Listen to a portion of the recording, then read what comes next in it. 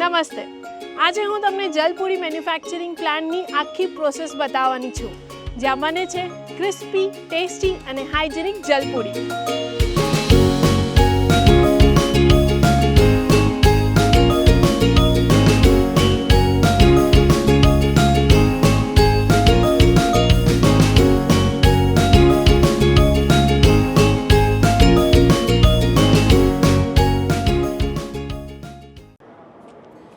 સૌથી પહેલાં અહીંયા સ્ટોર કરવામાં આવે છે બધા જ રો મટીરિયલ્સ, જેમ કે રવા ફ્લાર, વ્હીટ ફ્લાર, બેસન, ઉડદ દાળ અને બીજા ઇન્ગ્રીડિયન્ટ્સ.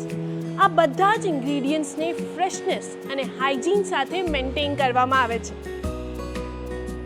ત્યારબાદ ફ્લારને વિબ્રો સીવ મશીનમાં નાખવામાં આવે છે. ત્યાં ફ્લાર સારી રીતે સીવ થાય છે, જેથી પૂરી માટે એક સ્મૂથ અને પરફેક્ટ ટેક્સચર તૈયાર થાય. ત્યારબાદ આવે છે મિક્સર મશીન.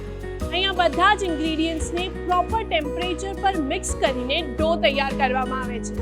દરેક બેચમાં સેમ ક્વોલિટી અને કન્સિસ્ટન્સી મેન્ટેન થાય એનું ખાસ ધ્યાન રાખવામાં આવે છે.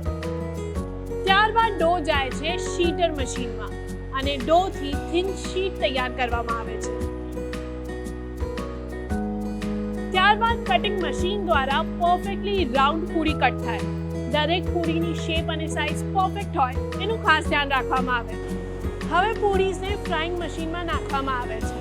એ પ્રોપર ટેમ્પરેચર પર ફ્રાય થાય છે, જેથી એ પફ થાય અને ક્રિસ્પી બને.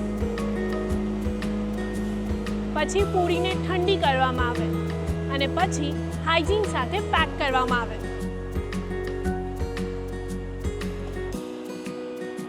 દરેક પેક સીલિંગ અને ક્વોલિટી ચેક પછી જ માર્કેટ સુધી પહોંચે છે.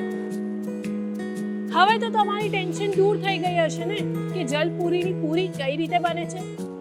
અહીંયા દરેક પૂરી પાછળ છે hygiene, quality and complete process, જેને આપે છે ટેસ્ટ. એટલે જ દરેક પૂરી હોય છે ક્રિસ્પી, ફ્રેશ એન્ડ ડિલિશિયસ. એટલે જ અમે કહીએ કે તમે પાણીપુરી નહીં, જલપુરી માંગો.